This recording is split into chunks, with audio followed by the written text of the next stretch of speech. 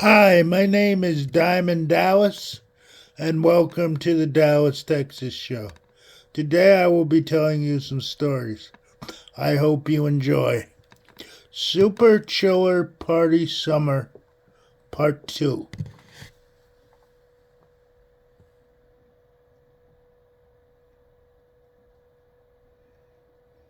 2 was never again seen in town, and then mysteriously the house burned down. Did Simon burn it down? Jan asked. I don't really know. I don't think anyone does. Some say that Angelica, in her madness, set a flame to punish Simon for bringing her to the place. Others say that Simon did it, bringing his house to an end along with his life. There was a written report by a man, their nearest neighbor, who happened to be in the woods. I've seen it. This person wrote that the house burst into flame and that the flames roared for hours, but the house didn't burn until much later. Hellfire? He called it. After that report, few people would venture near the mansion. Simon paused silent for a long while, staring out at the bay. What happened to Simon and Angelica? Jan asked softly.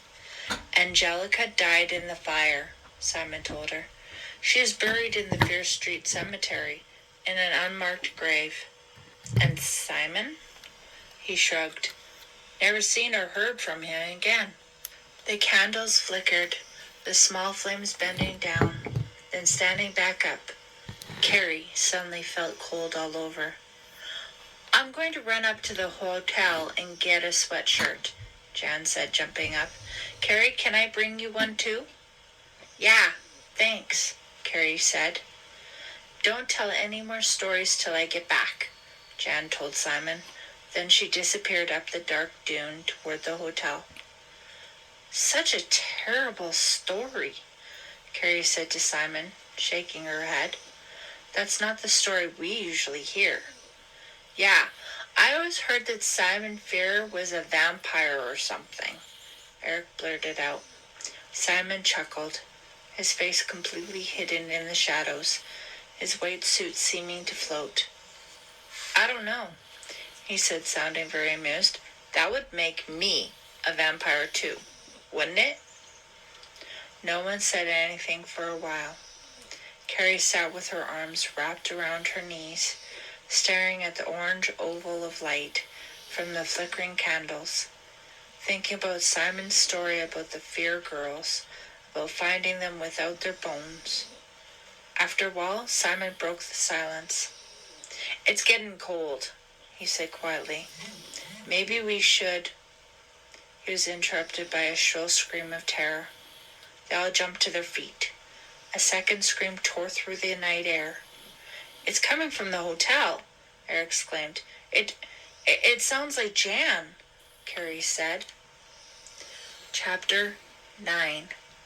Please, no party. The candles flickered out. Carrie took off up the dune, followed by Eric and Craig. The screams had stopped. The only sounds now were the thud of their sneakers over the sandy ground and the low wash of the bay behind them. Be okay, Jan, Carrie thought as she ran. Be okay. Please be okay. The words repeated over and over in her mind, taking on the rhythm of her legs as she ran. Be okay. Please be okay. I'll never forget those screams, she realized. They repeated again and again in her ears, each time bringing a new stab of terror. Please be okay. Now the three of them were running past the pool house, past the dark rectangle of the swimming pool, across the terrace toward the back of the darkened hotel. Carrie glanced behind her. Simon was struggling up the dune several hundred yards away. Carrie was only a few yards from the back entrance when she saw the dark figure run out of the hotel, heading right toward her. She opened her mouth to scream but stopped herself when she realized the dark figure was Jan. Jan! She ran up to her friend and threw her arms around Jan's shoulders. Are you okay? I, I saw her, Jan stammered, seemingly dazed. What happened? Both Eric and Craig cried, breathing heavily. What's the disturbance here? Martin called, suddenly appearing from out of the darkness, sounding more irritated than concerned. I saw her, Jan repeated. Carrie took a step back. She and the two boys had formed a protective circle around Jan. What happened? Simon called, scurrying across the terrace, his suit jacket flapping behind him as he ran. Martin hurried over to him. I saw the ghost, Jan declared. Eric groaned. I don't believe this, he muttered. It was really there. I saw her, Jan insisted, her voice high with excitement. She tugged at the sides of her hair with both hands. Those screams, Simon said, holding a hand over his heart. I'm sorry, Jan said. I couldn't help it. I think we should all go inside, Martin said. Impatiently, he took Simon by the elbow and led him to the door. Carrie and the others followed. A minute later, they were all gathered in the lobby. Jan, tense and seemingly disorientated, took a seat on one of the big leather couches. Simon, still trying to catch his breath, sat beside her. It was down the hall, Jan said, pointing to the corridor that stretched to the left of the front desk. That's where I saw the ghost. She seemed to come right through the wall. Hey, I thought that was apple juice we were drinking, Eric cracked, expecting a big laugh. But not one even chuckled. Everyone was too interested in Jan's story. What did she look like? Martin asked. His voice startled Carrie. She hadn't realized he was standing right beside her. Tugging at a strand of her hair, Jan stared at the wall, straight ahead of her, as if trying to picture the ghost. She was kind of old-fashioned looking, she said thoughtfully, dressed all in white. Maybe it was a nightgown. Her hair was in a long braid that fell down her back. She was young, kind of pretty, I guess. Jan shifted uncomfortably on the couch, still staring straight ahead at the wall. It's her eyes that I remember most, she said. Her face was pale, white as chalk, white as death. But she had these eyes. They were big and black. They looked like lumps of coal, like snowman eyes. She started to say more, but her voice caught in her throat. Try to calm down a bit, Simon said softly, gently patting the back of Jan's hand. Martin, why don't you go make her a cup of hot tea? Very well, Martin said, but he made no attempt to move.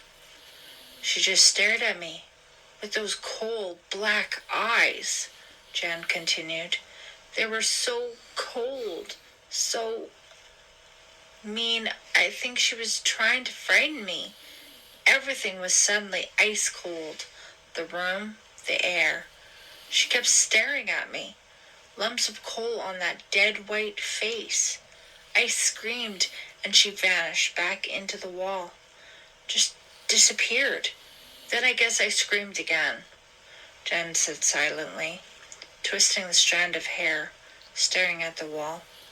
Eric and Craig exchanged glances. Carrie wondered what they were thinking, and she wondered what she was thinking. Someone, or something, had terrified Jan. Could it really have been a ghost? Are you okay now? Carrie asked Jan. Jan didn't seem to hear her. She was far away, lost in her thoughts. These old inns contain many mysteries, Simon said, staring over at Martin meaningfully. She'll be back, Jan whispered. The ghost will be back. I can feel it. Carrie couldn't sleep. She propped the soft goose-down pillow behind her and lay staring up at the shadows playing across the ceiling of her room. Outside, the black sky was clear and starry, and a soft white full moon appeared over the bay. She found herself thinking about Lauren for some reason, wondering what Lauren had done that day. Probably hung around the backyard, complained about having nothing to do, or maybe played with the little girl who had moved in down the block, across the street from the old Fear Mansion. Why on earth am I thinking about Lauren? Carrie asked herself. She realized she must be homesick.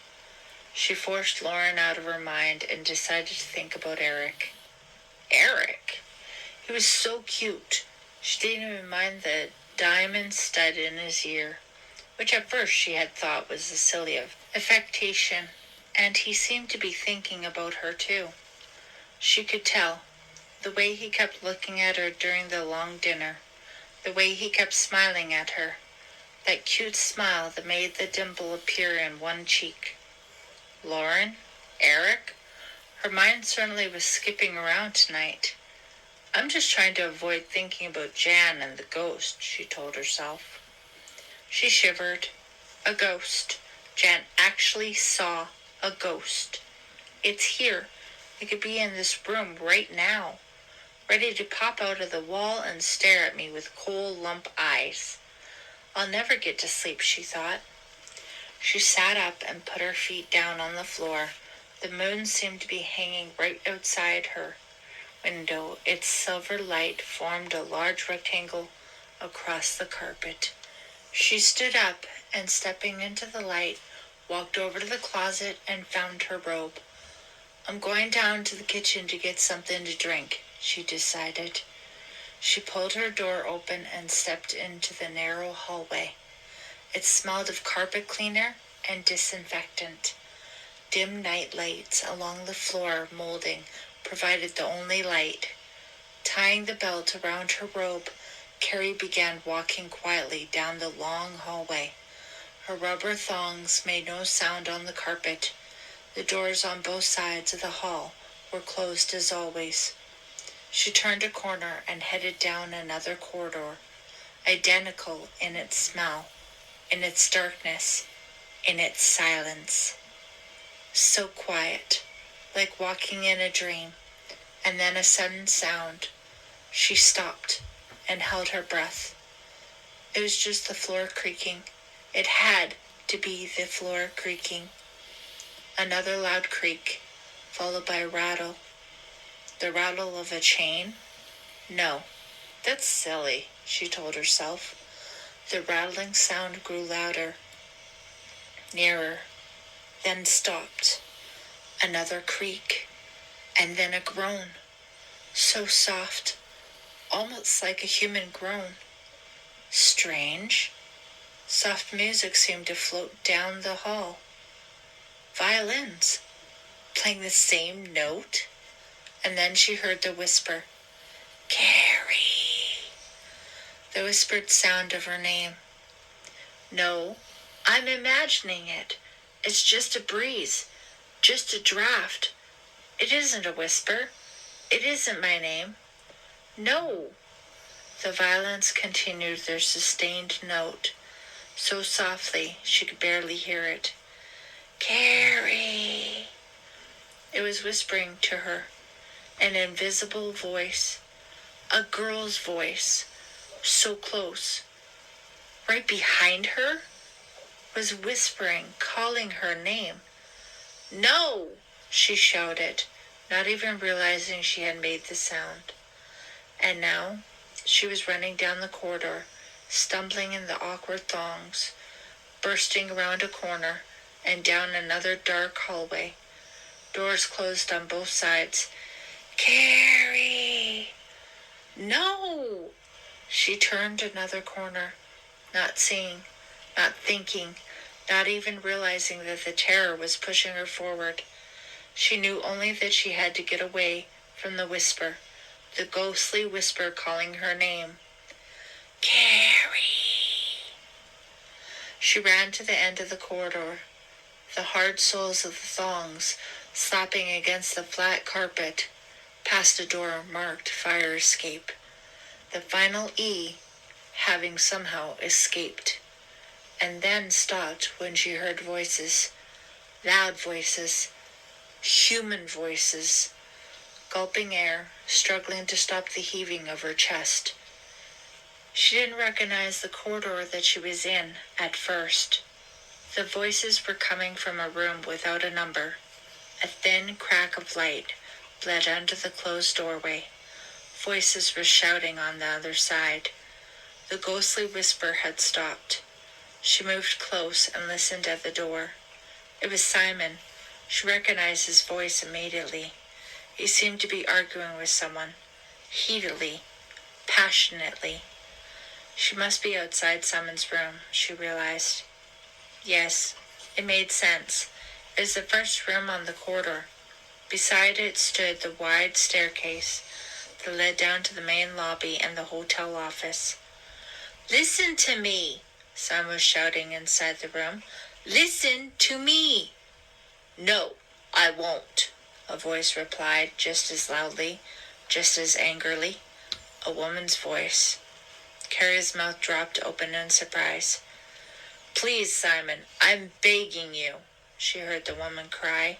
"Please, no party, no party, please." Part 2.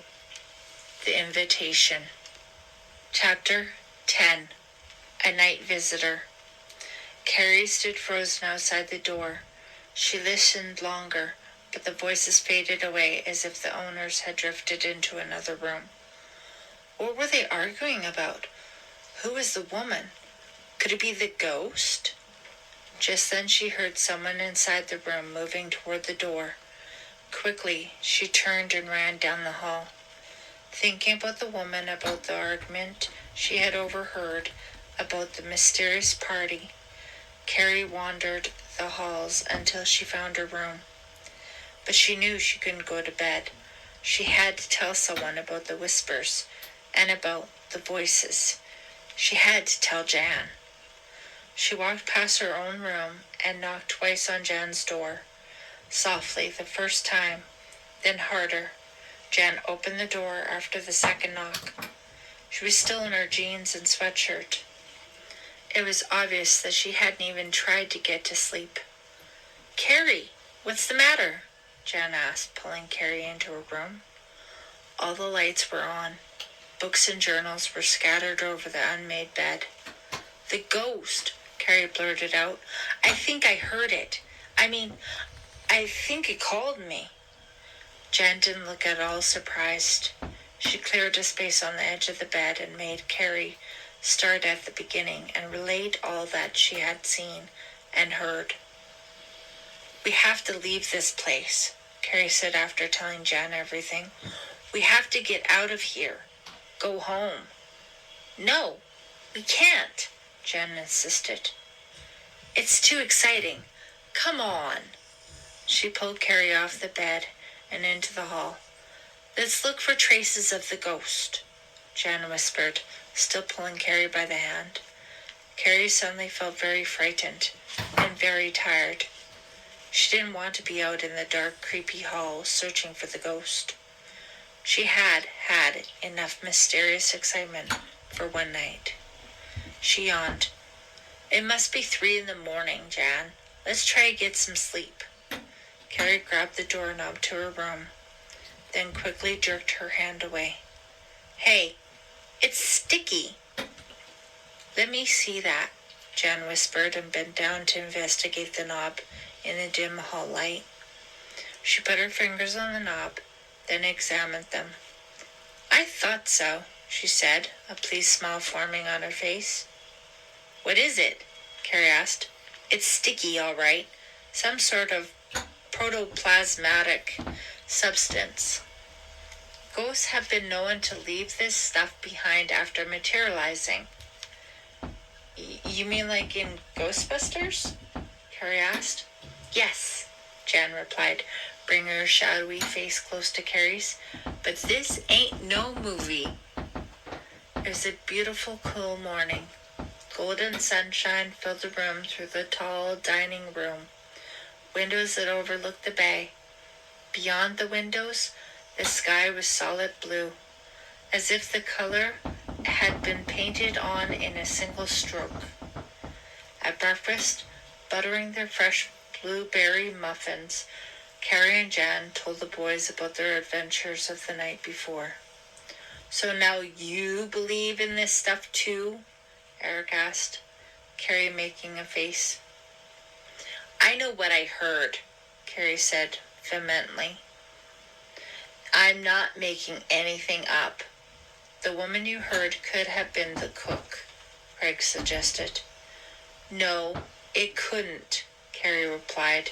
"Remember, Simon told us the cook wouldn't be back until Friday. That's why Martin made our picnic dinner."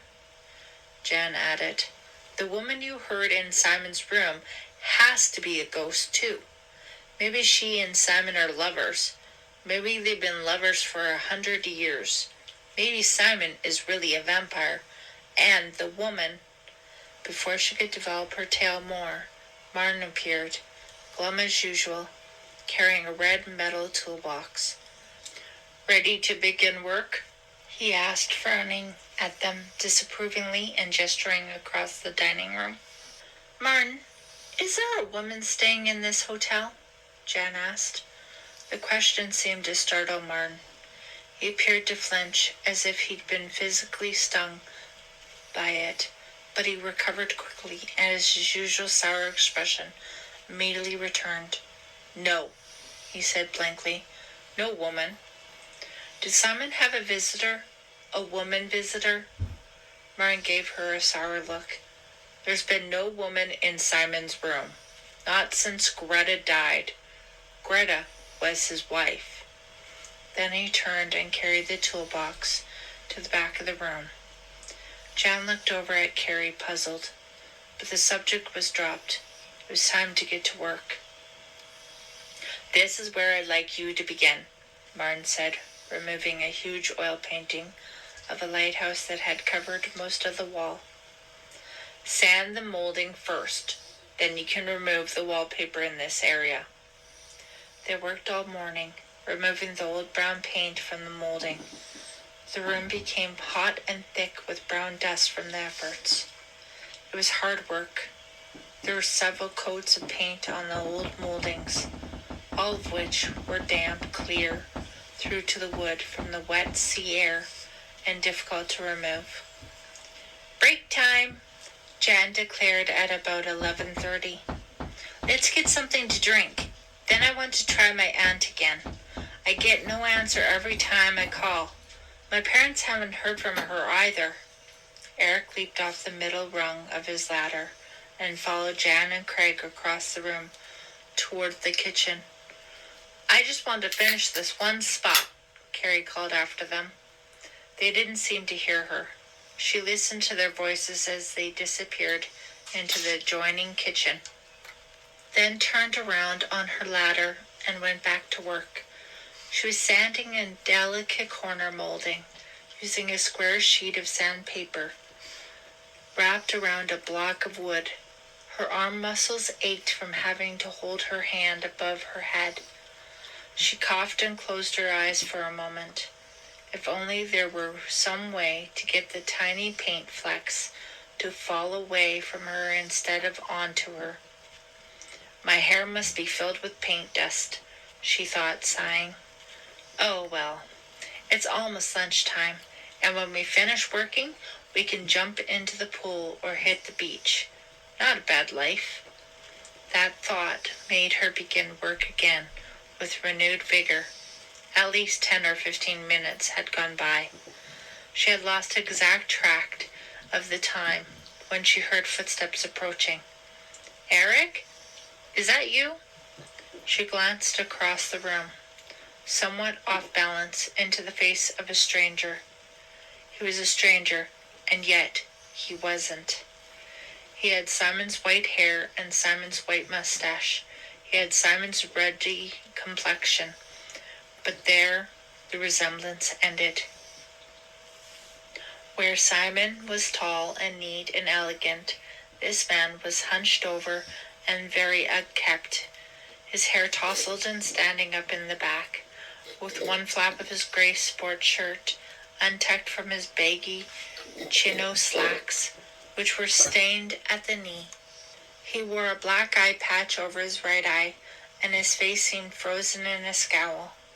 Over the wrinkled gray sport shirt, he had a loose-fitting safari jacket with several pockets, all of which seemed to be filled with pieces of folded-up paper, pens, and handkerchiefs. He carried a hunting rifle in his right hand, holding it by the barrel and using it as a cane. The stock tapped against the hard floor as he approached Carrie. "Hi," Carrie said, smiling down at him from her perch on the ladder. He grunted in reply, staring up at her with one clear black eye, his scowling expression unchanging. "I'm Carrie Taylor." She waited for him to introduce himself, but he just stared at her. So she said, "You must be Edward." "Edward Fear in the flesh," he said, turning the rifle over and leaning on the stock. His voice wasn't smooth and deep like his brother's. It was gruff as he appeared to be. How can two brothers be so different? Carrie thought, staring down uncomfortably at him as he studied her, scratching his chest through his shirt with his free hand. "My friends and I, we're working here. We're staying here," Carrie stammered, feeling more and more ill at ease. If only his expression would change. If only he'd stop staring up at her with such cold intensity. "I heard," he said impatiently, using the rifle as a cane once again. He walked over to the windows and stood staring out. The bright sunlight brought out the dampness of his clothes. Carrie could see that they were wrinkled and obviously dirty. She remembered Simon saying that his brother was depressed. She guessed he was too depressed to care about his appearance. What is he depressed about? She found herself wondering. "It's a beautiful day," she said. "It's so pretty here." She couldn't decide whether to come down from the ladder and join him or continue working. "It's too hot," he said sharply, correcting her. He continued to stare out at the ocean, slowly twirling the upturned barrel of the hunting rifle. "It is very hot in here," Carrie said. Edward said nothing more, and Carrie could feel her face reddening. Was he deliberately trying to make her feel uncomfortable? Why didn't the others return? Where were they anyway? "Where are the others?" Edward asked, if invading her thoughts. "They, took a break," Carrie stammered. "Went to get something to drink. I'm just finishing up this corner here." She pointed to it, but he didn't look up. "Quiet around here," he said with some sadness. "It sure is," Carrie said. "This place is so enormous. It feels funny with only 5 or 6 people in it." He seemed displeased by her remark. He made an unpleasant face and, tapping the rifle noisily against the floor, stepped up to the foot of her ladder. Suddenly, frightened, Carrie held her breath. She held the feeling he was going to climb up after her, or grab her legs. But he stopped a foot away and stared up at the molding. "Chill out," Carrie told herself. "You're losing it, kid." Edward is a little weird, but that's no reason to start imagining such crazy things. He removed a handkerchief from one of the bulging pockets in his safari jacket and blew his nose loudly. Then he wiped his mustache, balled up the handkerchief, and shoved it into another pocket. "Do a good job," he said, turning back to her. "Yes, we will," Carrie said, not sure how to reply to that remark. "You see my brother?" he asked, his eyes taking in the empty dining room. "No, not this morning. He wasn't at breakfast," Carrie said. "I must see him," Edward said thoughtfully, His mind seemed to drift away to other matters. "I'll tell him you're looking for him, if he comes in here," Carrie said. "Do a good job," he repeated, and then, before she could reply, he quickly added, "I hope you and your friends will be here for the party." The party? Carrie felt a sudden feeling of dread in the pit of her stomach. Edward's words made her remember the woman she had heard in Simon's room. The woman pleading, "Please, no party." The woman had sounded so desperate, so frightened. "Please, no party." "What party?" Carrie asked Edward. "I insist you stay for the party. Make no plans to leave," he said, and walked from the room. "Am I doing the right thing?" Carrie asked herself. When Eric asked her to go for a late-night walk on the beach, she hesitated. They had been friends for so long, she wasn't sure she wanted anything more to develop. A summer romance? That wasn't the idea of coming to Piney Island. All four of them had agreed. Well, they hadn't actually said it out loud. It was just sort of understood. They were coming to meet new kids. But there are no new kids, Carrie thought. And Eric looks so cute. His face is already tanned. His long hair smells so clean, like the sea air. He looks like a real beach bum, she thought, in his sleeveless blue t-shirt, faded denim cutoffs, and sandals. "Where are Jan and Craig?" she asked, trying to decide whether or not to go with him. She wanted to go, but she was just trying to figure out if there were any major compelling reasons not to. "They're both completely wrecked," he said, smiling. "They went to their rooms." Everyone seemed really exhausted at dinner, Carrie said. Simon, too. He barely said 3 words. "And where was his brother Edward?" Eric asked. "So far, Carrie, you're the only one who's seen him." "Weird." "I know," Carrie said. "Jan, of course, thinks Edward is a ghost." "Jan thinks I'm a ghost," Eric cracked. "Well, she has an excuse for acting weird. She's really worried about her aunt," Carrie said. "Jan tried calling at Eileen's all day, but the phone just rings and rings. Nobody answers. Rose should have been here by now. Where is she? And why doesn't she call?" "Weird," Eric repeated. "So how about this walk? You and me? What do you say?" He was so cute. How could she resist? Besides, what was wrong with a nice walk before bedtime on a beautiful moonlit beach? And the beach truly was beautiful. Holding Eric's hand, she stared out at the reflection of the full moon rippling in the rolling dark bay waters. "It's so bright," she said. "Everything is so clear." "Yeah, I like the way wet sand feels on my toes," Eric said. "You know, that cold, soggy feeling?" "You're very poetic tonight," Carrie cracked. They had stopped at the water's edge, but he hadn't let go of her hand. Carrie turned to look up at the hotel.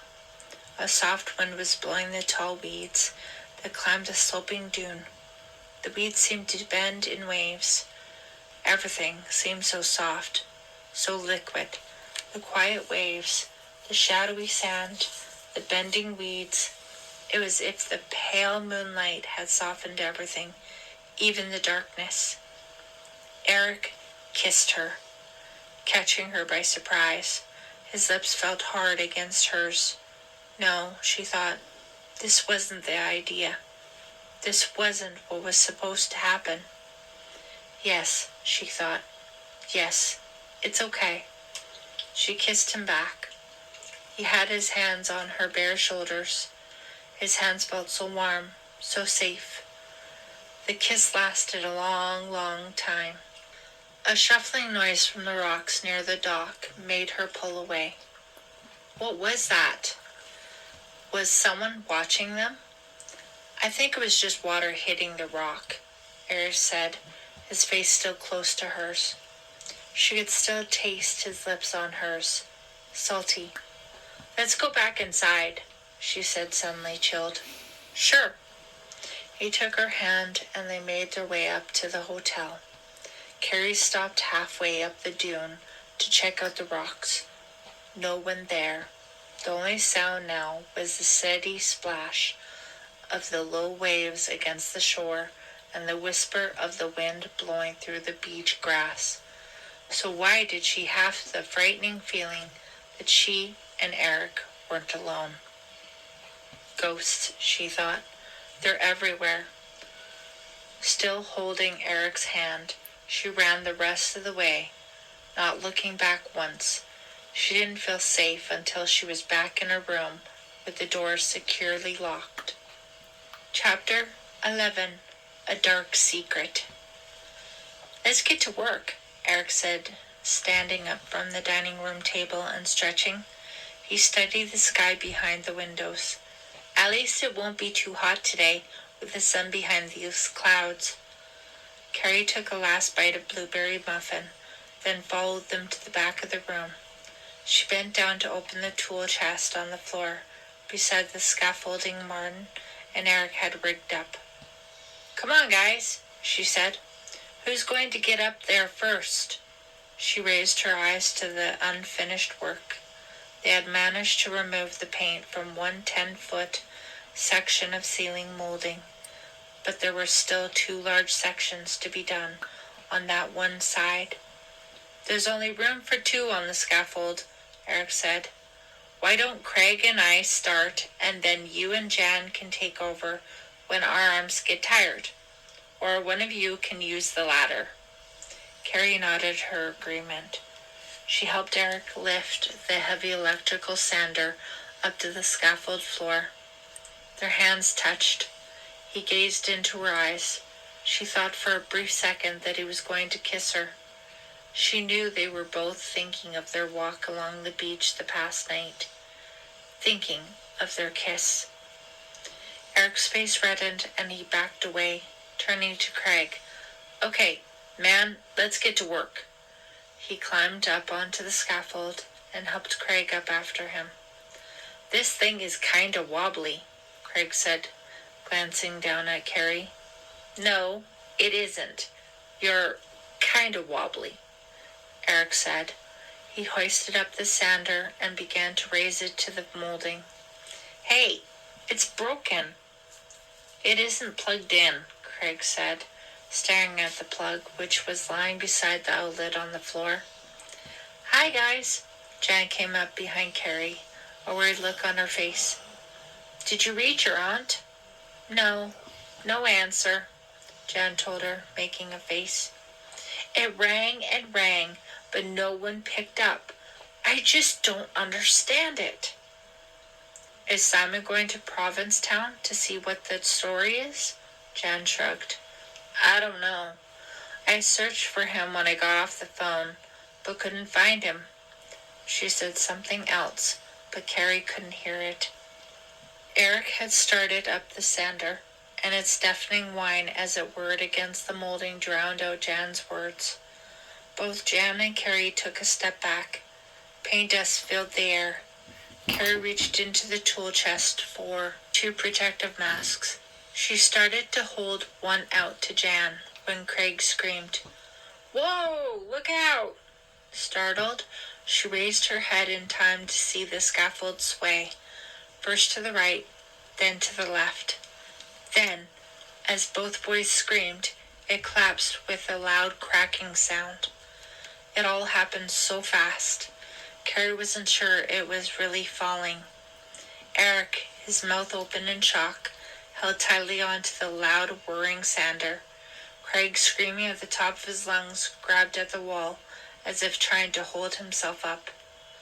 The scaffolding and the 2 boys hit the floor with a loud crash. Eric toppled onto his back, the sander leaping from his hand. It bounced once, then stopped at Carrie's foot. Craig somehow managed to stay on his feet. Oh, wow. He was obviously stunned, though. He had pulled off a section of the flowered wallpaper as he fell. "Are you okay?" Carrie and Jan both screamed. The boy slowly nodded. "Yeah, fine, I guess," Eric said, getting to his feet, testing his right shoulder. "Yeah, I'm okay too. But look at this," Craig said, the wallpaper still gripped tightly in his hand. Where the wallpaper had been stood a wooden door. "Somebody wallpapered right over a door," Craig exclaimed, finally dropping the wallpaper. "I guess that big picture covered it up." "Weird," Eric muttered. Still working his shoulder muscles, he moved up to the door and pulled away more of the wallpaper. "Why would anyone do that?" Carrie asked, stepping closer. "Get away from it," Jan said, surprising everyone with the urgency of her words. "It had to be covered for a reason. A good reason." "Give us a break, Jan," Eric said, rolling his eyes. "Don't touch the door. I'm warning you," Jan said, very pale and frightened. "It's evil. I can feel it." Eric laughed. Craig laughed too, but uncertainly. He took a step back. Carrie put a hand on Jan's shoulder. "If Jan feels so strongly about it, maybe we should just forget about the door," she told the boys. "Yeah, maybe," Craig agreed. But Eric ignored them all. He began tearing away the remaining wallpaper. In a few seconds, the entire door was exposed. The wood was smooth and shiny, almost new-looking, probably because it hadn't been exposed to the air. "Let's see what's behind door number 1, Eric exclaimed. There was no doorknob, just a small hole where a knob had once been attached. Turning to grin back at Carrie, Eric reached his fingers into the hole and pulled. "No, don't," Jan warned. Eric ignored her. The door pulled open easily. "Eric, please," Jan wailed. "There's some kind of passageway back there," Eric said, poking his head into the open doorway. "Huh? Passageway?" The other three stepped forward to peer into the dark tunnel, and with a hideous, ear-shattering screech, something leaped out of the darkness at them. Chapter 12. Trapped. "Help! It's a bat!" All four of them screamed and dodged away. Carrie heard the flapping of its wings and felt a cold whoosh of air against her cheek before she saw it swoop out of the doorway, narrowly missing her. She screamed again and hit the floor. "It's okay, it flew out the window," Craig shouted, sounding very relieved. All four of them regrouped at the doorway, breathing hard. "I hate bats," Carrie declared. "Bats and spiders," she shuddered. "There may be more bats in there," Jan said, her skin very pale. "Let's just close the door and pretend it doesn't exist." "Oh, come on, Jan," Carrie said impatiently. "This is kind of nifty, don't you think? A hidden door? A secret passageway? This is your kind of thing, isn't it?" Jan didn't reply. She just stared into the darkness beyond the open door. "This isn't like you," Carrie continued. "You should be the one urging us on to explore the hidden passageway." Smiling, Eric gestured with both hands, as if to say, "After you." "I just have a bad feeling about this," Jan said, shaking her head. "A premonition. Don't you ever have premonitions?" She gripped the ivory skull on the chain around her neck and squeezed it hard. "Sometimes," Carrie said. "But, come on. This could be fun. Maybe we'll find where the ghost lives, Jan." "Maybe you'll find a room full of ghosts, my child," Eric said, doing a terrible Count Dracula impersonation. "And ghouls," Craig added. "Don't forget the ghouls." Come on, boys and ghouls, let's check it out, Carrie urged. How often do you find secret hallways hidden behind the wallpaper? This is the first one I've found in days, Eric joked. Carrie pushed past him and peered into the passageway. It was a low, narrow tunnel. The walls appeared to be made of plaster, the floor concrete. Dim yellow light came from somewhere at the far end, around a corner maybe. There are 2 flashlights in the tool chest, Carrie told Eric. I think we're going to need them. Craig pulled the flashlights from the chest and handed one to Carrie. What if Simon comes in? He asked. We'll tell him we took a break to go exploring, Carrie said. I wonder if he knows about the secret passageway. I wonder if Martin knows. He's the one who told us to start in this corner, remember? She turned to Jan, who had stepped cautiously through the doorway and was standing right behind her. You okay? Yeah, fine, Jan said dryly. You still have a premonition? Carrie asked. Yeah, but I'm starting to get into this, Jan said. This is my kind of thing, after all. She forced a smile to her face. The 2 flashlights threw down bright cones of light as they began to walk down the dark, empty tunnel. The concrete floor felt hard under their sneakers. It was cool and very damp. Carrie reached out and felt the wall. It was wet. What's that? Eric cried. Something walked into the wavering spotlight of Craig's flashlight. Yuck! Carrie cried. That's the biggest bug I've ever seen. What is it? It's as big as a tarantula, Craig said, almost in awe. Squish it, Eric said, his voice as a whisper. You squish it, Craig replied. He kept his light on it. The enormous beetle-like bug disappeared around a corner. It wasn't a spider, was it? Carrie asked in a tiny, frightened voice. It was some other kind of giant bug, Eric said, not very reassuringly. I want to go back, Carrie said, suddenly overcome with fear. Huh? Eric cried, taking her flashlight from her. Come on, Carrie. We just started. He took her hand and led her forward. After a while, the tunnel curved to the right and then sloped down. They walked slowly, cautiously, keeping the 2 cones of light steady in front of them. After a few minutes, they came to a fork. 2 passageways led from the first in different directions. We're going down, Eric said. I bet one of these tunnels leads down through the dunes to the water. Wonder why it was built, Craig said, keeping close to Eric as they followed the passageway to the right. Probably for escape, Eric said. Escape from what? Carrie asked. Actually, there used to be a lot of smuggling in this area, Jan told them.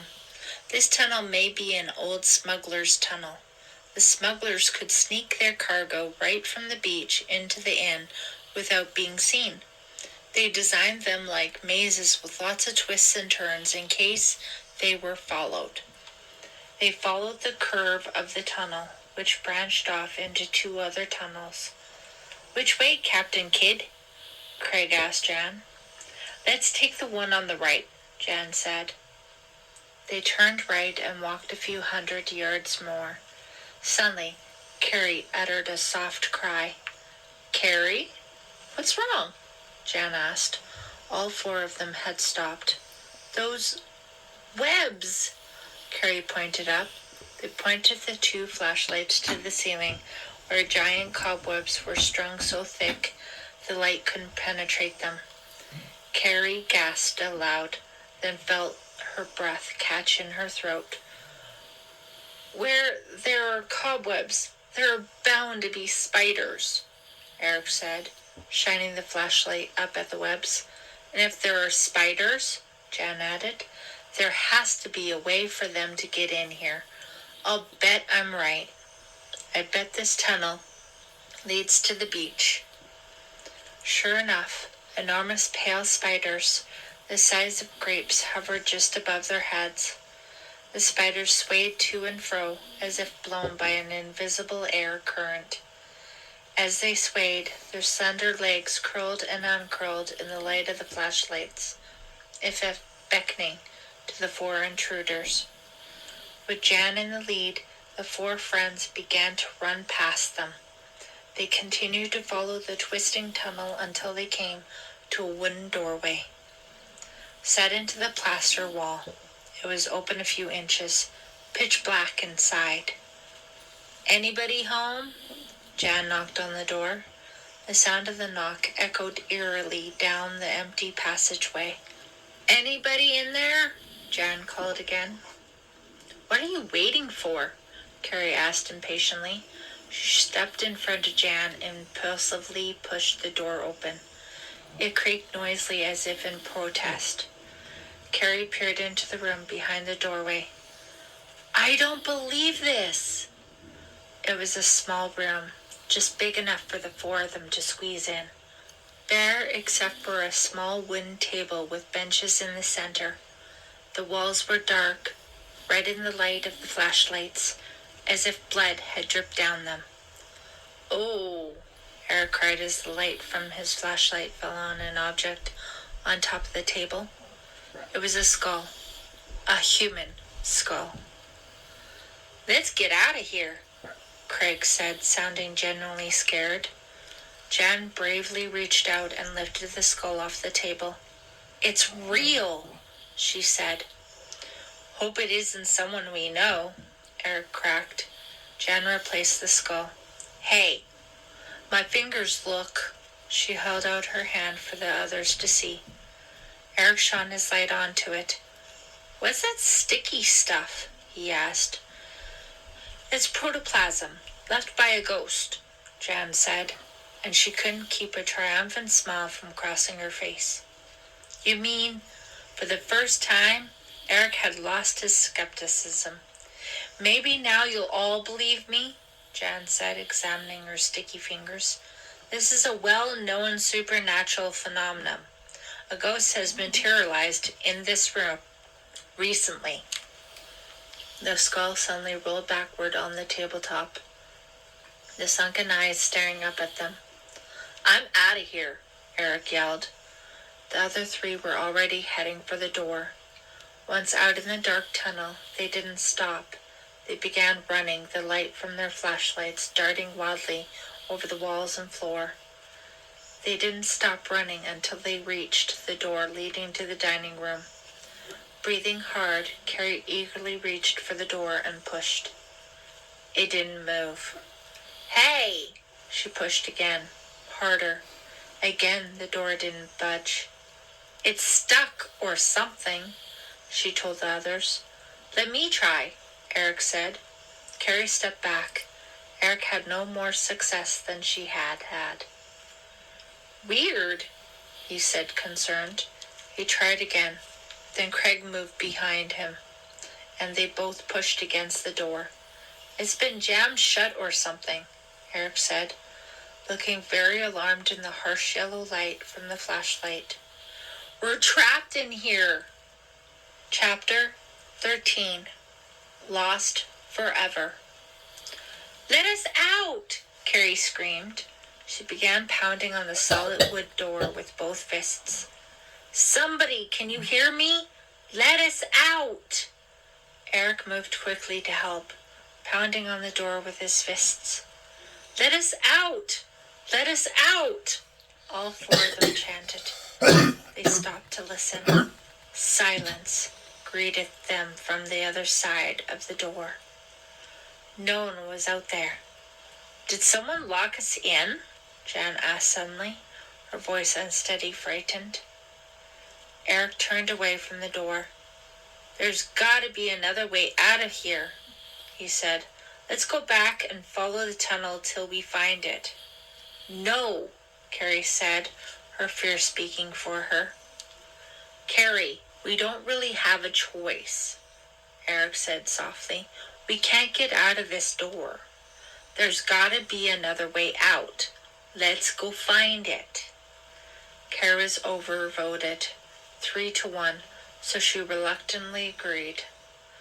Huddling together, walking quickly behind the sweep of the flashlights, they turned away from the door and walked back through the narrow tunnel. This time, when they reached the part where the tunnel divided in two, they took the passageway to the left. "What was that?" Carrie cried, feeling something scamper over her feet.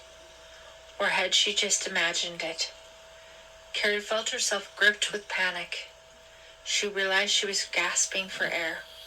Her heart was pounding so hard in her chest, it hurt. "Stop!" she cried. Startled by the panic in her voice, the other three stopped. They drew close together. Craig and Eric kept the flashlights aimed at the ceiling so that light reflected down on them. In the dim light, Carrie could see the same panic, the same fear, her panic, her fear, reflected on the shadowy faces of her friends. "I'm sorry," she said. "I'll force myself to calm down. We'll find a way out of here. I know we will."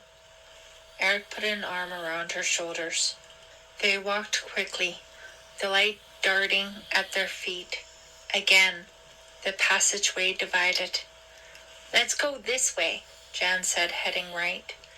They turned into another tunnel, then into another that seemed to follow a wide curve.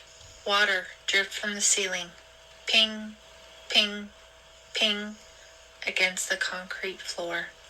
They made another choice, this time to the left, and turned into a passageway filled with spiders and spider webs. "It doesn't seem to be leading us anywhere," Carrie said desperately. "There should be an opening or a doorway or something," Craig said, his voice a frightened whisper. "I think we've been here already," Jan said, her dark eyes wide with fright. "I remember that weird crack in the wall. I think maybe we're walking in circles." "We're lost," Eric said glumly, lowering his flashlight in despair. "Lost forever," Craig muttered to himself. "Maybe this whole thing is a trap," Jan said. "That's it. Jan, look on the bright side," Eric cracked bitterly. "Maybe it isn't a trap," Jan said, "but it's as good as a trap. These tunnels all look alike and just keep winding forever. We'll never find our way out." Chapter 14. The Visitor. "We have no choice. We have to keep walking till we find a way out," Carrie said, wrapping her arms around herself, trying to warm herself from the cool dampness of the passageway. "We'll find it eventually." Who blocked the dining room door? Who locked us in? She wondered. Who could it have been? "There's no time to think about that now," she scolded herself. They turned a corner and entered another long branch of the tunnel that sloped sharply up. "Have we been here before?" Carrie wondered. She couldn't tell. She could feel her panic start to rise, choking her. Her heart was thudding in her chest. She was suddenly aware of every breath she took and had the feeling that if she didn't concentrate on every breath, she would stop breathing. "It must be lunchtime," Craig said in the shadowy, shifting light from his flashlight. "Martin will be looking for us. Maybe he could deliver our lunch to us here," Eric said. "You're not funny," Carrie muttered. "Just trying to keep it light," Eric said. As he said this, the tunnel suddenly brightened. 2 narrow slits of daylight appeared in front of them. "Yay!" Eric cried. All 4 of them began running toward the bright light. Carrie quickly saw that it was a small hatched doorway. She was the first one to push the door open and scramble out of the tunnel.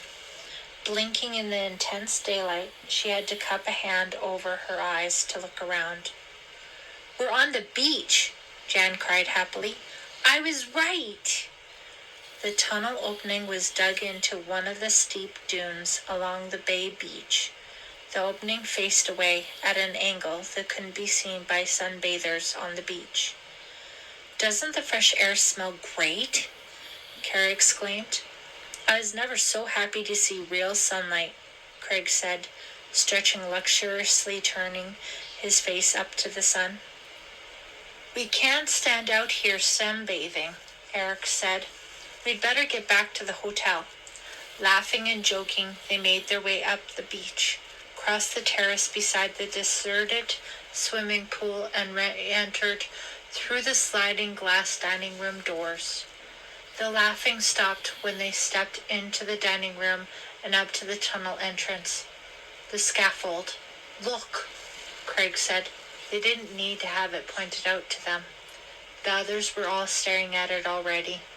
The scaffolding, they saw immediately, had been moved. It had been pushed in front of the doorway. This was why the door wouldn't open. Someone had deliberately trapped them inside the tunnel. The four of them spent the afternoon at the beach, trying to relax, but they were unable to put the tunnel and the fact that someone had deliberately blocked their exit out of their minds. Who had it been? Edward? Martin? "We've got to tell Simon everything at dinner tonight," Carrie said.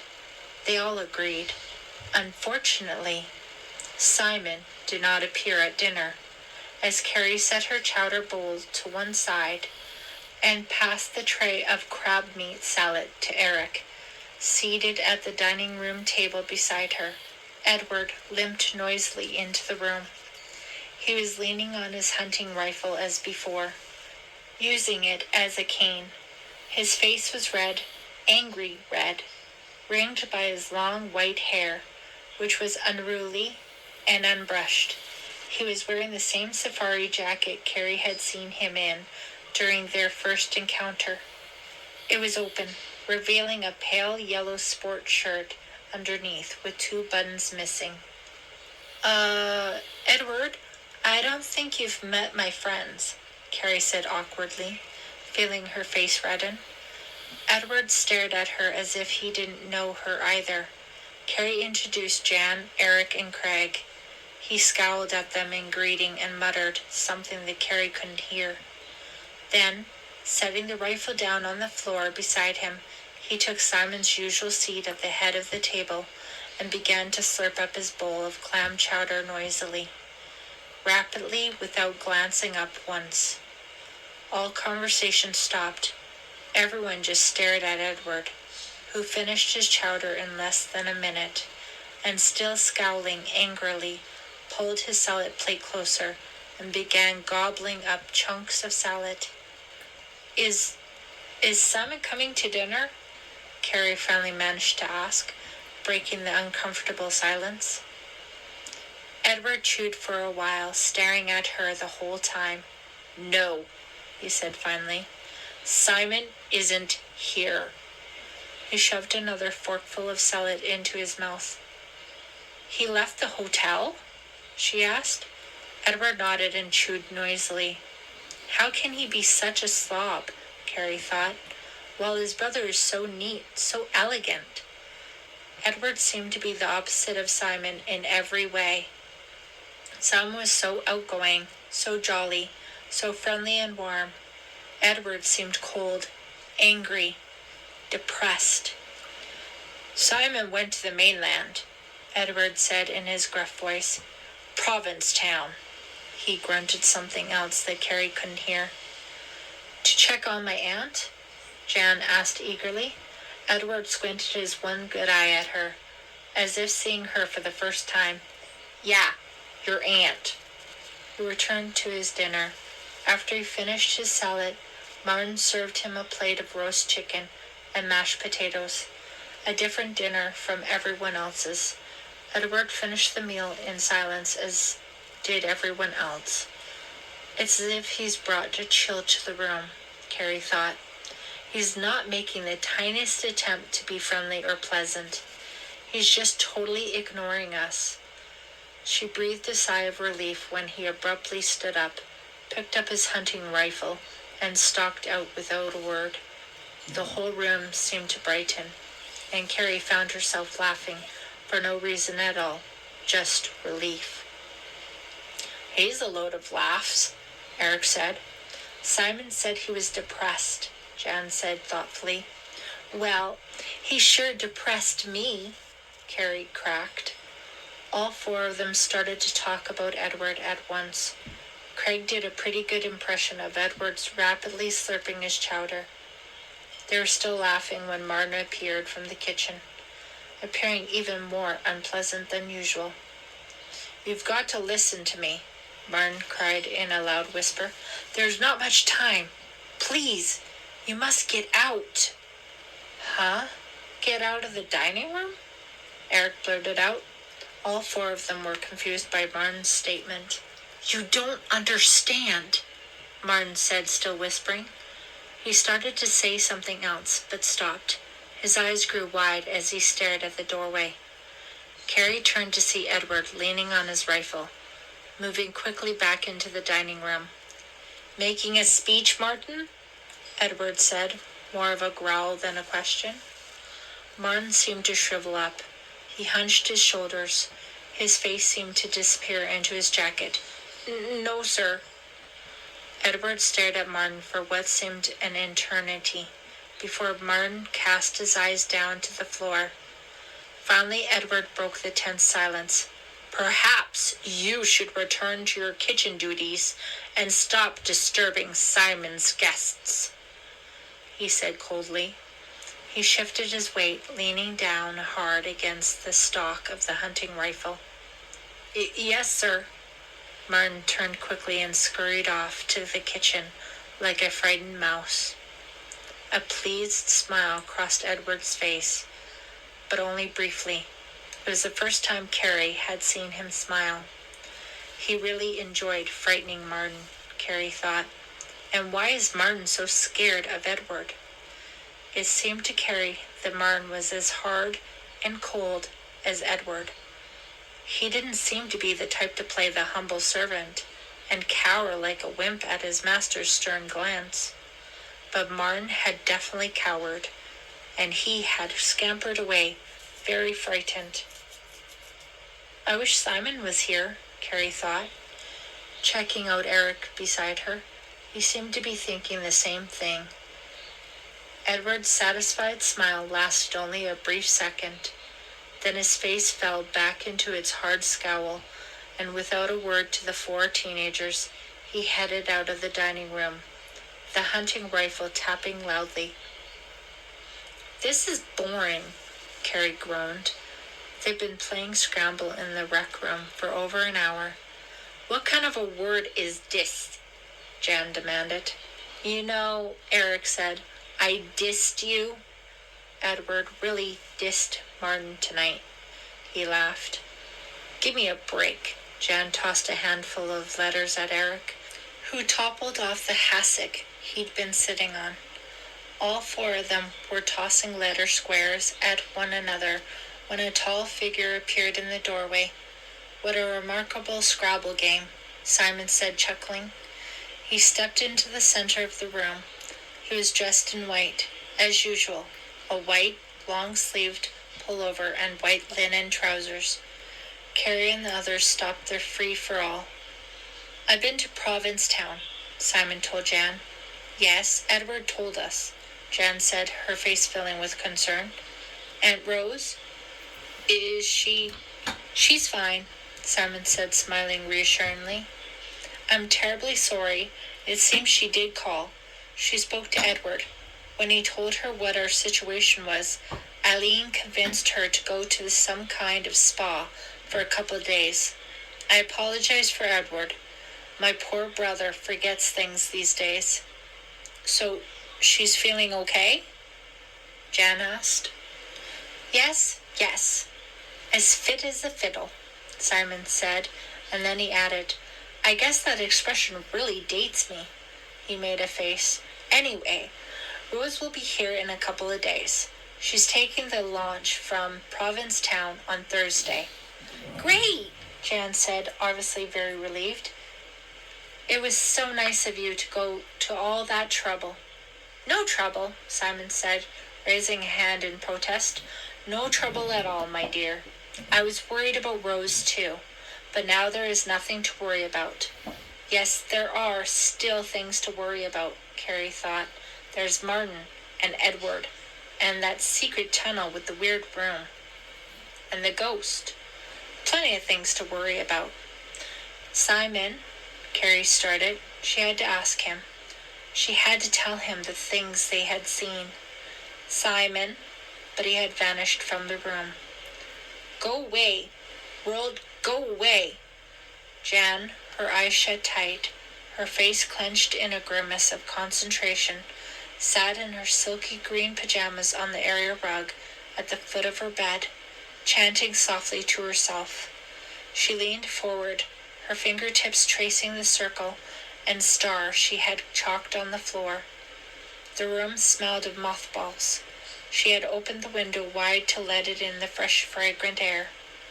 But now, the chirping of crickets and tree frogs, a deafening symphony, was invading her thoughts, spoiling her concentration. Go away, world, go away! Rolling her fingertips over the ancient symbol, she let herself drift, allowed herself to float, away from the chirping insects, the rush of the night wind, away from the damp, musty smells of the old hotel room. She was floating through darkness now, soft and silent, and still she continued to trace the chalked pentacle, feeling her fingers go wrong, feeling the floor come alive beneath her fingers, floating through the silent darkness, all alone and away.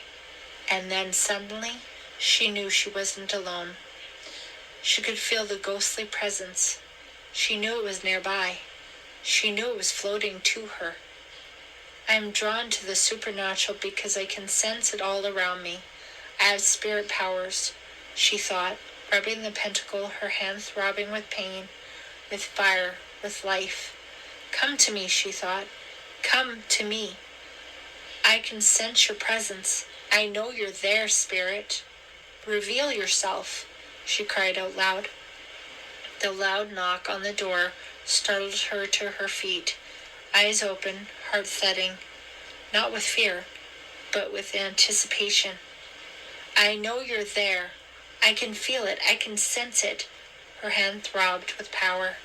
The power coursed through her body, filled her with energy from the spirits all around. Without hesitating, she pulled open the door. Oh, she cried. Chapter 15. The First Shot. Jan wasn't at breakfast the next morning, but that wasn't unusual. She liked to sleep in, skip breakfast, and join them after the work had started. Good news about Jan's aunt, Craig said, helping himself to another plate of scrambled eggs and bacon. Jan really was relieved. Yeah, Carrie agreed uneasily. Eric smiled at her, then moved his eyes past her to the big dining room windows.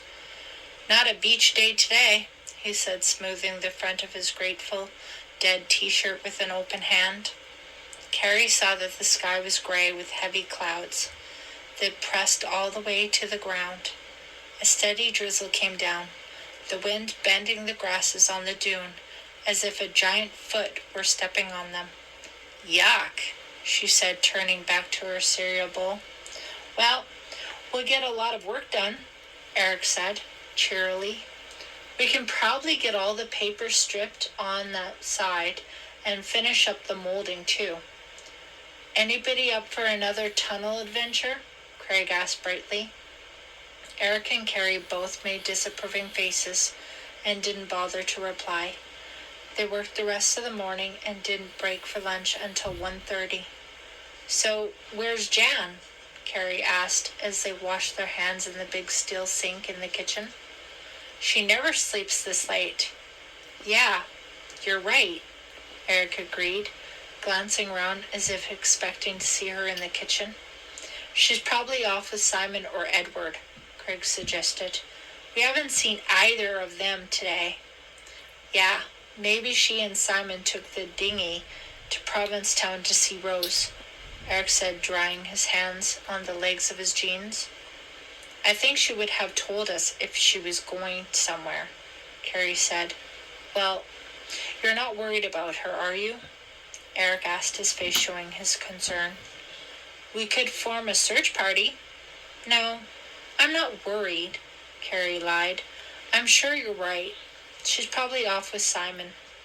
Martin, who also hadn't been seen since breakfast, had left cold sandwiches and drinks for them in the refrigerator.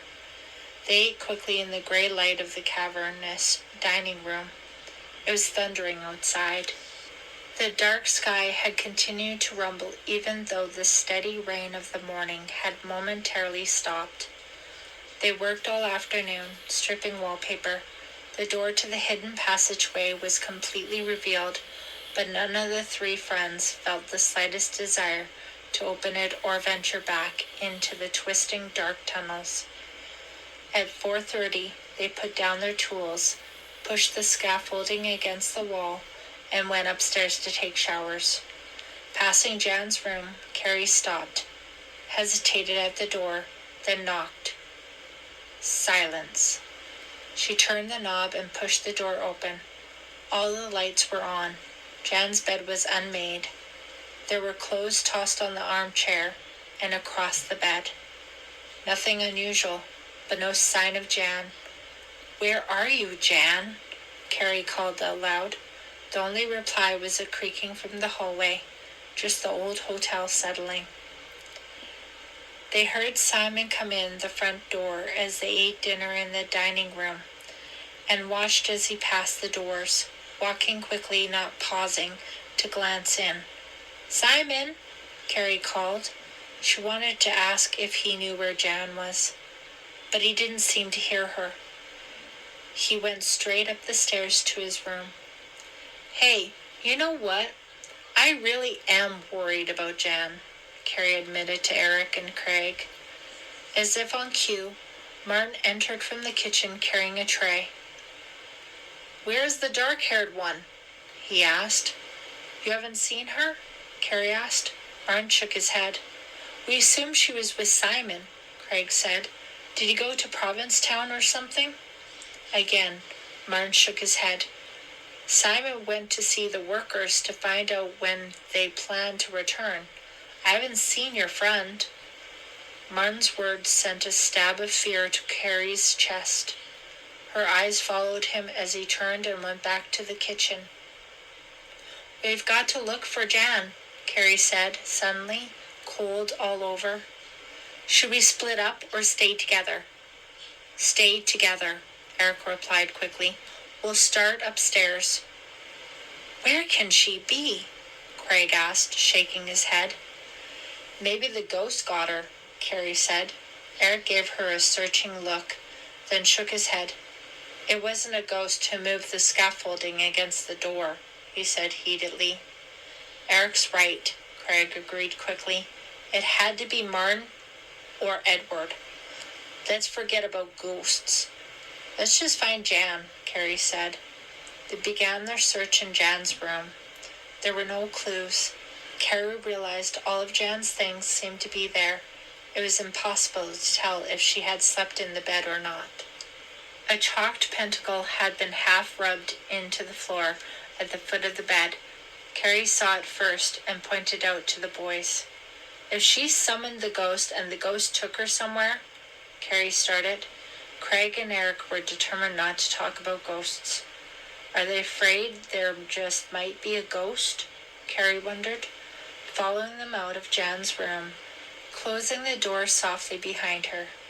They searched in all the rooms along the hallway of the old wing, without success. Then they searched the lobby and the adjoining brick room. They looked in the office, which was dark and silent. Carrying flashlights, they ventured onto the terrace. The rain had stopped, but the sky was still blanketed with low clouds. The air was hot and wet, and Carrie felt as if they were walking through a giant steam bath.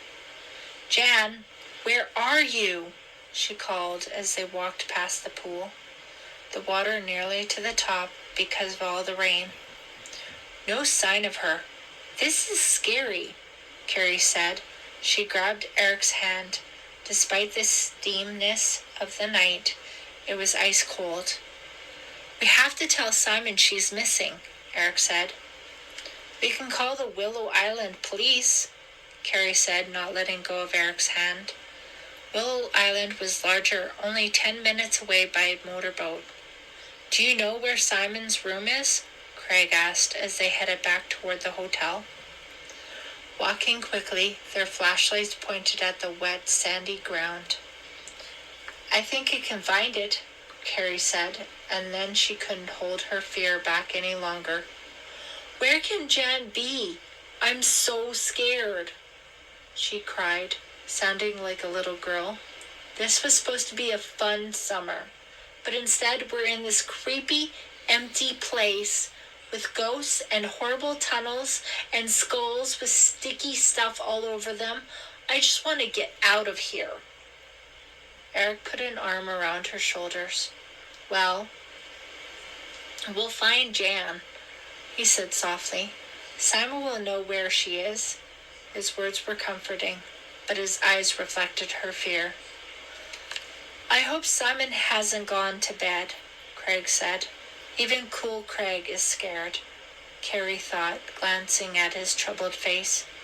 "It's still early," Carrie said, checking her watch. "It isn't even 8:30. She stopped in front of the door at the top of the stairs. Door with no number. "This is it." She raised her hand to knock. A loud cry made her pull her hand away.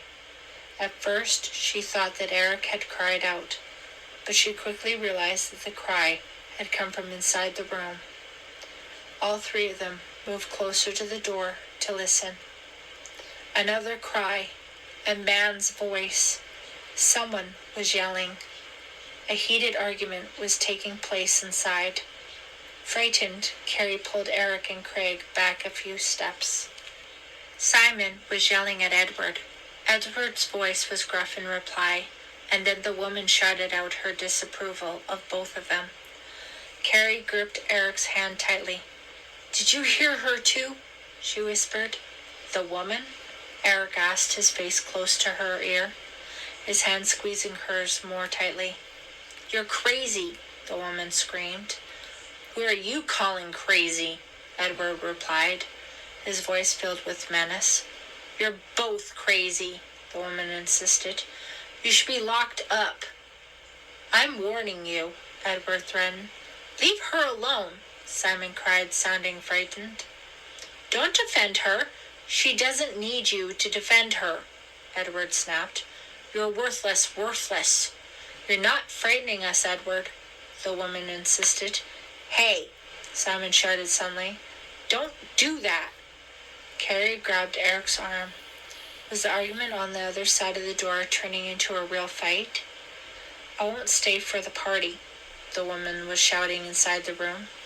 "You don't have a choice," Edward shouted back at her, his voice rough, his tone ugly. "You'd better listen to Edward," Carrie heard Simon say. "I've begged him and begged him, but to no avail. Edward, if you'd only listen to reason." "You keep out of this," Edward bellowed at the top of his lungs. "I've already warned you." "Edward, please," the woman cried. "No, don't. Put that down. Don't be foolish," Simon cried, sounding very alarmed. "Eric, Craig, let's get back to our rooms. I'm really frightened," Carrie whispered, trying to pull them away. "Shh, just a minute," Eric insisted, listening intently to the argument on the other side of the door. "Edward, stop," the woman screamed. "No, I beg of you," Simon cried, clearly frightened. "I beg of you, as a brother, I beg of you. Please, Edward, don't." "Guys, come on," Carrie pleaded. She heard Simon scream. Then a second later, she heard the gunshot, deafening even though the heavy wooden door. Then silence. Chapter 16. A Terrible Accident. Carrie froze. Her breath caught in her throat. She didn't realize how hard she was squeezing Eric's hand until he pulled his away in pain. "Let's get out of here," Eric said, his face white in the dim hall light, his eyes wide with fear. But he made no move to leave. Craig's face had gone slack, his mouth hanging open, his breath coming in loud gasps. It was still silent on the other side of Simon's door. Dead silent. A few seconds later, the door of Simon's room burst open, and Edward staggered out. He gripped the hunting rifle in one hand, holding it out in front of him at arm's length. The rifle was smoking. Edward's one good eye was wide with terror. He was wearing his usual outfit, the sapphire jacket, a disheveled sport shirt, and wrinkled trousers. His white hair stood out on his head at odd angles. Carrie and the two boys took a step back, then another. Edward seemed to be totally deranged, out of control, and dangerous. He stormed out into the hall and slammed against the opposite wall. The four teenagers had stopped to huddle a few doorways down the hall. He stared at them, as if not quite believing they were there, bewildered and wild with excitement at the same time. "An accident," he cried, his hoarse voice unnaturally high. "My brother Simon has had a terrible accident." He swung the rifle around. Carrie screamed. For a second, it appeared that he was going to fire at her, but he continued swinging it in a wild arc, frenzied. "A terrible accident," he repeated. Carrie heard rapid footsteps coming up the stairs. A few seconds later, Martin appeared, wearing a dark robe and leather slippers, his hair tufted wildly about his head. "Edward, what is it?" he demanded. "What's going on?" Edward, lurching unsteadily from side to side, bumping against the hallway walls, uttered a loud cry of despair. "A terrible accident," he told Martin. "Simon has had a terrible accident." Martin's normally stony face seemed to crumble. His mouth dropped open. His gray eyes, momentarily, glazed over, then grew wide with fright. "Accident? Call a doctor," Carrie screamed. "He's shot Simon. Call a doctor." She started to open the bedroom door. "Get out of there," Martin shrieked. Carrie was so startled by his wild reaction, she stumbled into Eric. "But Simon is hurt in there," Eric protested to Martin. "And there's a woman in there, too. We heard her." "Get away," Martin cried, moving quickly to block the door. "A terrible, terrible accident," Edward muttered, still staggering, seemingly out of control. "Call a doctor," Carrie repeated. "How can you just stand there?" "It's too late for a doctor," Edward snarled. He seemed more angry than contrite. "What?" Martin cried, his face crimson in the dim hall light. "It's too late. My brother is dead." "How could you? How could you kill Simon?" Martin shrieked, his voice high and shrill. "I told you it was an accident," Edward snapped. Edward and Martin stared at each other, unblinking, challenging the other to back down. Edward pulled the rifle in closer to his side. Martin shook his head. He took a deep breath. "Edward, you know it wasn't an accident." Edward didn't react. "Admit it, Edward," Martin said angrily. "Admit it. It wasn't an accident. You shot him. Admit it. You shot Simon." "This can't be happening," Carrie thought, staring at Edward, waiting for him to react. "This can't be happening. Why isn't anyone going into the room? What about Simon? What about the woman?" "Admit it," Martin said more loudly, more firmly. Edward stared back in silence, his eyes wild. "That's quite enough from you," he said finally. He raised the hunting rifle to his shoulder. He aimed it at Martin. "No! Oh, no!" Carrie screamed. Chapter 17. A Disappearance. "Put down the gun," Martin said. His voice was calm, but it was trembling all over. Edward didn't move. The hunting rifle was pointed at Martin's chest, less than 3 feet away. "Put down the gun, Edward." Carrie pressed back against a doorway, huddled against Eric and Craig, too frightened to move. Would Edward shoot? His face was half in shadow now. It looked to her as if he were wearing a mask, one side dark and shadowy and terrifying, the other pale and uncertain and frightened. "Put down the gun. You know you're not going to shoot me," Martin said. Even though he was trembling, he stood his ground, staring, unblinking, at Edward's shadowy face, and spoke in low tones. Edward didn't reply. To Carrie, Edward's silence was more frightening than his rage. Was he going to listen to Martin? Was he going to lower the rifle? Or was he going to shoot? Shoot Martin. Shoot them all. Kill them all, as he had Simon. Edward took a step back, disappearing farther into shadows. He slowly lowered the rifle, but then raised it again. "Let's go downstairs," Martin said coolly, not moving from his spot in front of the open door. "Let's go downstairs and discuss this. Edward, let's talk this out, okay? We've always been able to talk before." Will Edward do it? Will he listen? Carrie wondered. She leaned back against Eric and clutched at his hand. She realized he was holding his breath too. She exhaled deeply and closed her eyes for a brief second. "Come on, Edward," Martin said, his voice unsteady. Perspiration ran down his forehead. "You're keeping our guests up. It's very late."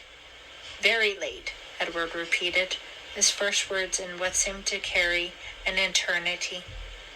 "Let them go back to their rooms. You and I will go downstairs and have a chat." Martin glanced quickly at Carrie and her friends, then returned immediately to Edward. Again, Edward started to lower the rifle, then changed his mind. "None of your tricks," he bellowed. He's going to shoot now, Carrie thought, squeezing Eric's clammy hand. He's going to shoot us all now. "No tricks," Martin said, holding out his hand, as if to show there was nothing up his sleeves. "Just put down the rifle." Silence. Endless silence. Then Edward lowered the barrel of the rifle to the floor and leaned on the stock. "It was just an accident, a terrible accident," he said gruffly, gazing back into the room. "Let's go downstairs and discuss it," Martin said softly. Obviously relieved, he stepped forward and took Edward's arm. "You kids go to your rooms. Get away from that door. Now. I'll deal with this," he said, and began to lead Edward down the stairs. Carrie sighed loudly and dropped to her knees. "Ow," Eric groaned behind her. "My hand. You squeezed it into mush." I'm sorry," Carrie managed to say, her heart still pounding. "I didn't realize." The hallway started to spin. She closed her eyes, willing away the dizziness. "We've got to get out of here," Craig said, leaning against the wall. "He's crazy." "What about Simon?" Carrie asked. Maybe he's alive." "And what happened to the woman?" Eric added. "Did she just disappear like a ghost?" "Oh no," cried Carrie, too frightened to think clearly. "Did Edward kill her too?" "Come on, I don't care what Martin said. Let's check it out," Eric said, helping Carrie to her feet. She took a deep breath, and then another. It helped a little. At least the walls had stopped dancing in front of her eyes. Eric led the way into the room, followed by Carrie and Craig, who looked pale and shaken and was swallowing hard. "I've never seen a dead body," he said. "Neither have I," Carrie said, shuddering. The room smelled of death, gunpowder and sweat, and death. The 3 teenagers found themselves in a large sitting room furnished in white leather and chrome, not at all the rustic style of the rest of the hotel. A long, sleek couch was flanked by an armchair and a recliner all modern and white. A low glass coffee table in front of the couch held a silver teapot and several china cups, half filled. A white wooden desk had been built into the wall behind the couch. 2 doors against the back wall appeared to lead to the other rooms. "It's a suite," Eric said, his eyes ranging around the large room. "Maybe Simon, Edward, and the woman share it." "But where is Simon?" Carrie asked, forcing the room not to spin. She grabbed the back of the white leather couch. It felt cool and smooth in her hands and helped to restore her calm a little. "They must have been in the front room," Eric said. "We heard them arguing here." "Maybe Simon crawled into one of the back rooms," Carrie suggested. "But there's no blood," Craig said, pacing white carpet. "No sign of a struggle. No sign of anything." "Come on, let's check out the other rooms," Eric said, as confused as Carrie and Craig. Without waiting for them, he ran to the door on the left. Carrie reluctantly followed, her throat tightening, dread making her heavy as if she weighed 1,000 pounds, as if she couldn't take another step. She didn't want to see Simon's corpse. She didn't want to be there. She had a sudden impulse to run out of the room, down the hall, back to the safety of her room, but she didn't want to be alone either. She took a deep breath and forced herself to step through the doorway. It led into a small, cluttered bedroom. A lamp on the bedside table cast yellow light over the room. An unmade bed, the covers wrinkled and bunched together at the foot, stood against one wall, stacks of books and magazines and old newspapers stretched across another wall. Articles of clothing, all wrinkled and worn, were tossed all over the floor. "This must be Edward's room," she thought. "Simon's not in here," Eric said, shaking his head. "Weird." Carrie tried to say something, but no words came out. They hurried back to the sitting room and then tried the door to the right. It led to another, larger bedroom that Craig was already exploring. This room, Carrie saw, was neat and pristine. The bed had been made and was covered with a beautiful antique quilt. "Not in here," Craig said and shrugged. "No Simon, no woman," he said, dropping down onto the edge of the bed. "But that's impossible," Eric cried. "Carrie and I heard them." He stopped in mid-sentence and turned to Carrie, his face filled with confusion. "A body can't disappear into thin air, can it?" Chapter 18. Another disappearance. "Have we entered the Twilight Zone?" Carrie asked. She plopped down beside Craig on top of the antique quilt. "Now, wait a minute, Eric said, talking loudly, rapidly pacing back and forth in front of them. "We're just not thinking clearly. We've got to calm down. Got to think clearly." "Eric, please," Carrie pleaded. "You're making me even more nervous by pacing like that." "Got to think clearly," he said, ignoring her, continuing to pace and think out loud. "We heard the argument from out in the hall. All 3 of them were arguing. Remember? Then the gunshot. Then Edward came running out." "Edward must have dragged the body someplace," Craig said, shifting his weight uncomfortably on the bed. "Eric is right. We're just not thinking clearly. The body is here. Somewhere." "Let's do a better job of searching," Eric said, stopping his frantic pacing to see if the others approved his idea. "You know, look under the beds, in the closets." "No way. We've got to get out of here," Craig said, his eyes on the door. "If Edward comes back and finds us snooping around here, Will, he's still got the rifle, you know, and he's used it once already. We'll be fast, Eric said. Come on. We'll split up. I'll take the messy bedroom. That must be Edward's. But, Eric, Carrie called. Too late. Eric had darted out their door. Well, I'll search the front room, Carrie said reluctantly, but I don't think I'll find anything. Okay, Craig replied. I'll look around in this room. The neat room. It's probably Simon's. He dropped to the floor and raised the quilt so he could see under the bed. I just don't understand why. Eric's shout from the other bedroom interrupted Craig. Hey, I found something! The words cut deep into Carrie. Had Eric found Simon's body? The room was a blur as she hurried into Edward's room. Craig closed behind. Look at this, Eric said excitedly as they entered.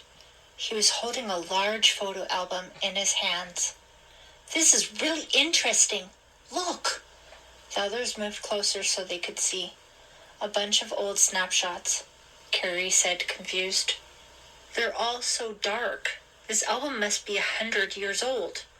Not quite. Look, who's in here, Eric said, balancing the heavy album on one upraised knee.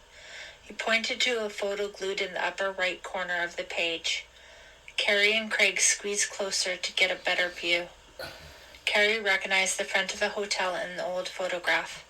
The Howling Wolf Inn hadn't changed a bit. A big sedan in front of the main entrance looked as if it were from the 50s. It was a spring day. A young man and woman stood leaning against the fancy car. Why, that's Simon, Carrie said. I hardly recognized him with black hair.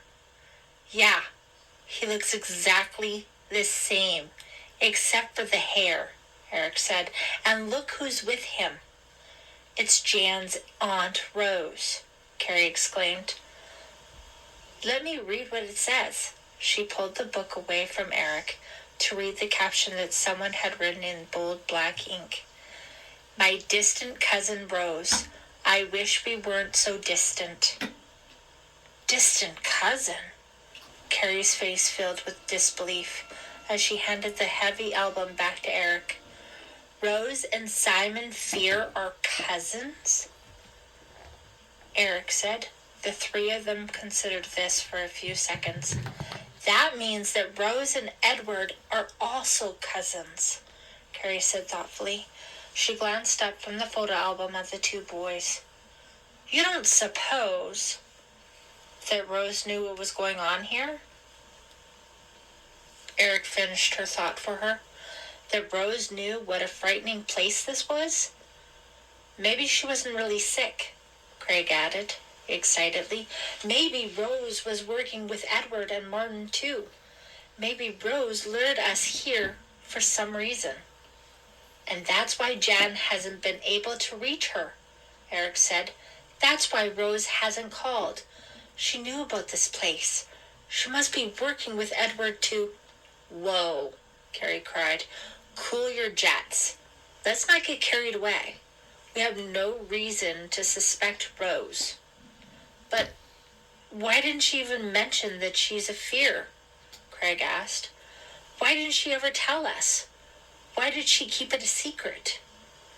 Craig is right, Eric agreed quickly. She deliberately didn't tell us that she's related in some way to the two Fear brothers. Hey, that means Jan is related to them too, Carrie suddenly realized. No wonder she's so interested in ghosts and creepy things, Craig said. Maybe Jan has been on the plan too, Eric said thoughtfully. Maybe she and her aunt both lured us here. But why? Carrie asked. I can't imagine why. A noise from the hallway made Eric drop the photo album. It hit the floor with a loud thud that almost made Carrie's heart stop. Oh! They froze in place and listened. No one came in. We've got to get out of here, Craig pleaded. Craig's right. We're not accomplishing anything by looking at an old photo album, Carrie said to Eric. We've got to call the police on Willow Island. Let them search the rooms. Maybe there's a trap door somewhere in here, Eric said, not listening to her. Edward shot Simon. Then he pulled the trap door and Simon slid out of sight. But there's no blood, Craig said. No blood at all. Come on, Carrie pleaded. Let's get out of here. Eric, are you coming? In a second, he said. He was tapping the walls, turning the lamps around, pressing dresser drawer knobs. What are you doing? Carrie asked. Trying to find how to open the trap door, Eric said. He flicked the light switch in front of him on the wall. Whoa! Look out! The bookshelves against the wall began to revolve as if on a turntable. As they turned, they revealed a desk on the other side. Eric flicked the switch again. The turntable stopped halfway around. Everyone stared, frozen in surprise for a moment. Look! There's a sacred room back there, Eric cried. He squeezed into the space between the wall and the desk. It's like a study, a hidden study back here. Is the body there? Carrie cried. She and Craig had peered into the hidden room, but it was too dark to see. No body, Eric said. He had picked up a sheet of paper from the desk. Whoa, hold on, he said, coming back into the room. His face went pale. His eyes grew wide with disbelief. Eric, what is it? Carrie cried. What's the matter? He handed the sheet of paper to her. It was a letter written by hand in blue ink. It's a letter to Jan's aunt, she said. Listen, I'll read it out loud. She started to read the letter to Craig and Eric in a normal, steady voice, but as its contents became clear, her voice began to tremble. Dear Rose, the letter began, I'm so sorry to tell you that I fear a terrible tragedy has occurred. Your niece John and her 3 friends have disappeared without a trace, without an explanation. I've been frantic, racked with sadness, with fear, with remorse. The police from Willow Island have combed every inch of the island, without success, without a single clue. I've been trying to call you night and day. You didn't answer your phone, so I'm sending this letter special delivery. So sorry to send such tragic news by mail. I'm saddened and mystified. I pray that the 4 young people will turn up unharmed, but the police office, little hope. I know that their parents will grieve, as I do. Rest assured that I am doing everything in my power to discover what has happened to them. I will not stop until the mystery of their disappearance is solved. I pray that they are alive, although all indications are that they tragically are not. I know that you will pray with me. The letter was signed by Edward Fear. Chapter 19. 4 trophies. We've got to get out of here, Carrie cried, letting the letter drop to the floor. He plans to kill us. He's crazy. Totally crazy, Eric said. He picked up the letter and quickly skimmed it again, not willing to believe what he and Carrie had read. It's got to be some kind of a joke, Craig said. Get real, Eric told him. It's no joke. He already killed Simon. Oh my God. And Jan, Carrie cried, holding her hands up to her face. Shouldn't the police be here by now? Craig asked, still staring at the blue handwriting on the letter. Why hasn't Martin called the police? Maybe Martin isn't going to call the police, Eric said thoughtfully. Maybe he knows what Edward plans for us. Maybe the 2 of them are in this together. We can't stay here and discuss it, Carrie told them, nodding toward the door. Let's just get out of this place, away from here, while we still can. Let's go to the dock and take Simon's boat back to Provincetown, Eric suggested. You know, the boat he took to check up on Jan's aunt. I don't know how to drive a boat, Carrie cried. I do, Craig said quietly. I've spent a lot of summers on the Cape. My dad and I love to go boating. If we can get onto Simon's boat, I'm sure I can pilot it. But what about Jan? Carrie cried. We can't just leave her here. We have to, Eric urged, pulling her toward the door. We don't know where she is. We'll get help. We'll get the police to come back and help us find her. But we've got to get away before Edward and Martin realize we know what they're up to. A few seconds later, Carrie was back in her room. She tugged open the dresser drawer and began frantically pulling out her clothing and jamming it into her suitcase. I've never been in danger like this before, she thought. Real danger. What did Edward Fear have in mind for them? Did he plan to kill them? To keep them prisoner? It didn't really matter. It was clear from his letter that he planned for them all to disappear, just as Jan had disappeared and never be seen again. And what was Martin's role in this? She wondered as she jammed the last of her shorts and tops into the bag. Had he been trying to frighten them or to warn them? And Rose, could she have lured them there as Eric suggested? Martin had told them again and again not to stay, to get out. Was it because he knew what Edward planned to do to them? Too many questions, Carrie thought, shaking her head as if trying to shake the questions all away.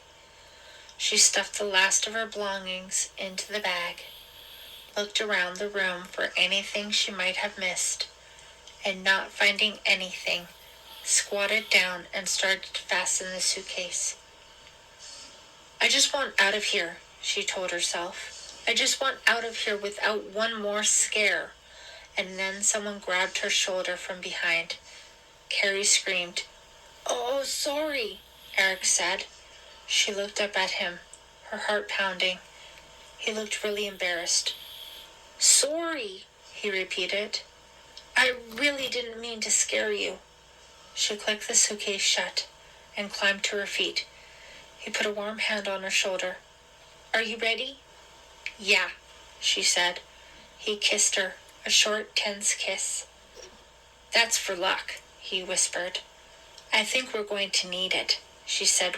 Where's Craig?